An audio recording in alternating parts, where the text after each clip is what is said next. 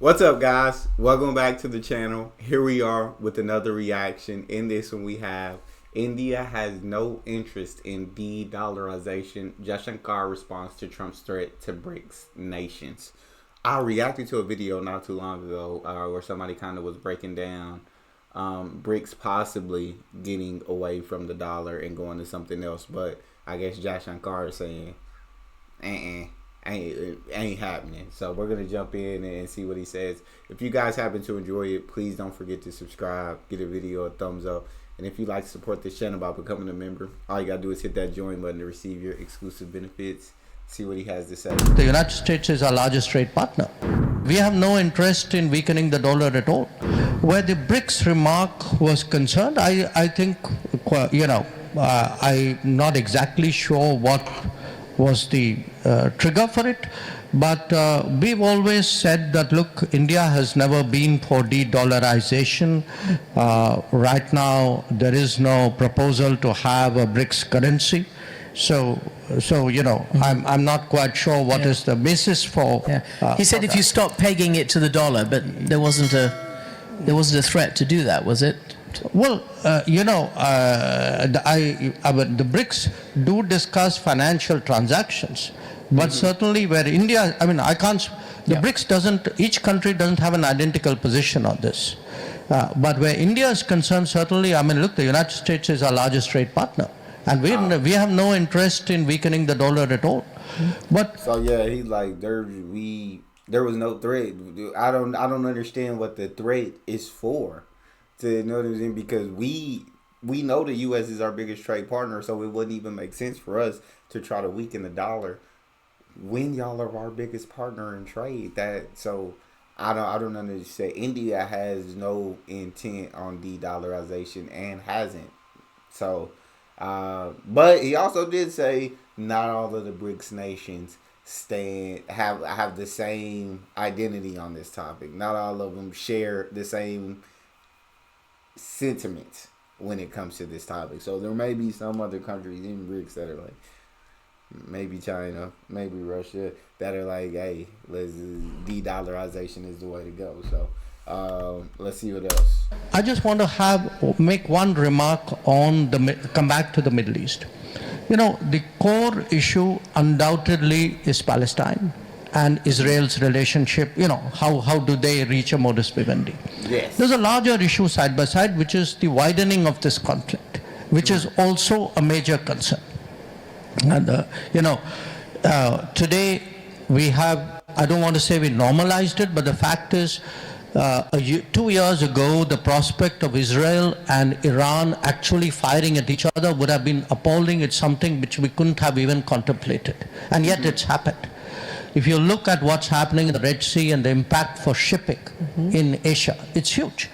So I think, there are different challenges, layers of them.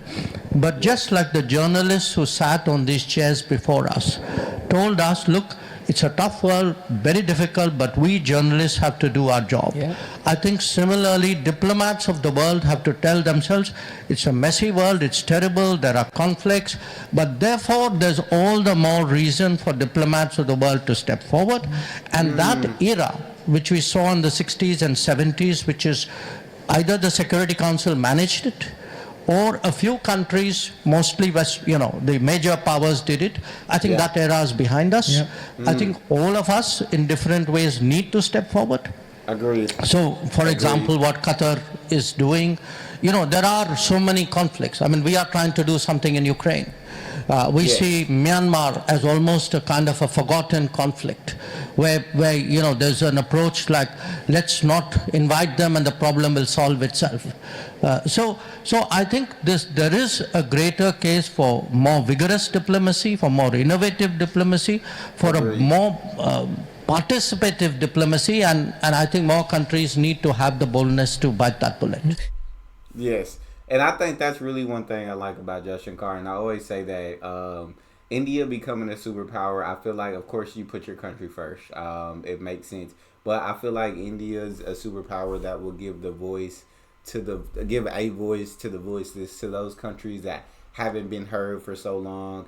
It would not rule as kind of, you see the top dogs now where it's like, hey, do what we say, we run things, do what we say, or it's gonna be consequences. India would be more so wanting to hear from everybody, because this is a world that is full of many countries, and many voices, and so these diplomats need to step up, bite the bullet, be willing to speak up.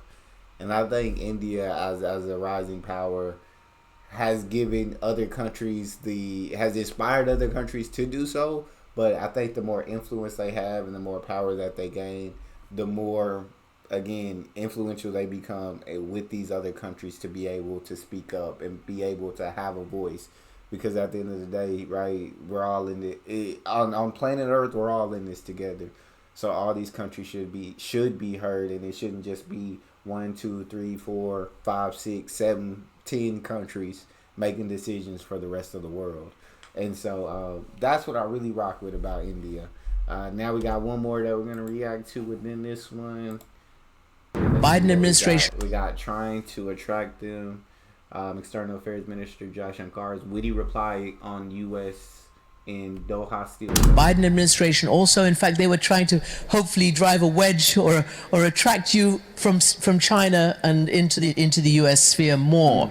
But President-elect Trump... We were trying to attract them into the Indian sphere. Okay.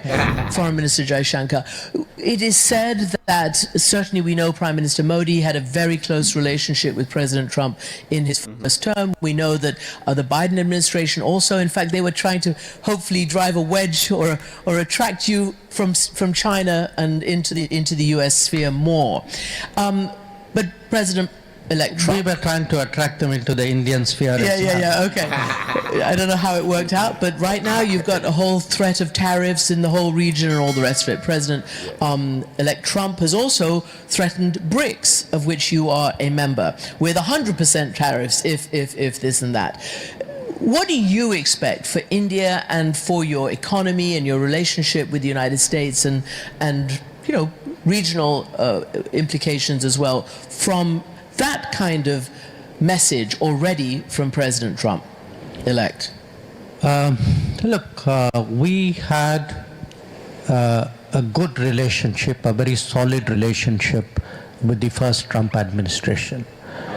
Yes, there were some issues, mostly trade-related issues, but there were a whole lot of issues on which actually President Trump was very international. He was very forward-leaning. And I remind people that it was actually under Trump that the Quad was restarted.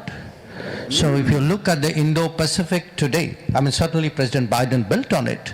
But if you look at the Indo-Pacific today, in fact, it's an area where the United States made new commitments, as indeed did all of us.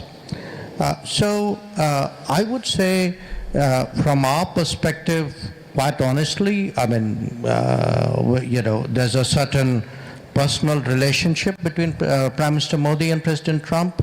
I would say in terms of politics, we don't really have divisive issues in terms of our political outlook. As two countries, by and large, I think our convergences way outstrip any differences we have. Got you. So you hear him kind of talk about basically Trump was throwing these threats out. Hey, anybody is down for de-dollarization, making those threats to Brics countries. Like, you're not going to get 20% tariffs. It's going to be 100% tariffs. And Jaishankar basically is like, hey, we actually had a good relationship with Trump in that first administration. Of course, we didn't see eye to eye on everything, but I'm sure you're not going to. You're going to be a couple of trade things. I guess they didn't see eye to eye on. But for the most part, there was nothing major that they disagreed on. He's talking about a great relationship between Modi and Trump, and it sounds like this round it doesn't seem like there's going to be anything divisive between India and the U.S., between Trump and Modi. So it sounds like that partnership is going to continue to progress and move forward. And so we'll kind of see how that goes. Let me guys know what you thought of this video. I'd love to hear you guys' thoughts. I love hearing Jaishankar speak. He's so well spoken and he gets right down to the issue. That's all we have. If you guys enjoyed, please don't forget to subscribe, give the video a thumbs up, and check out the next one. I'll see you guys next time.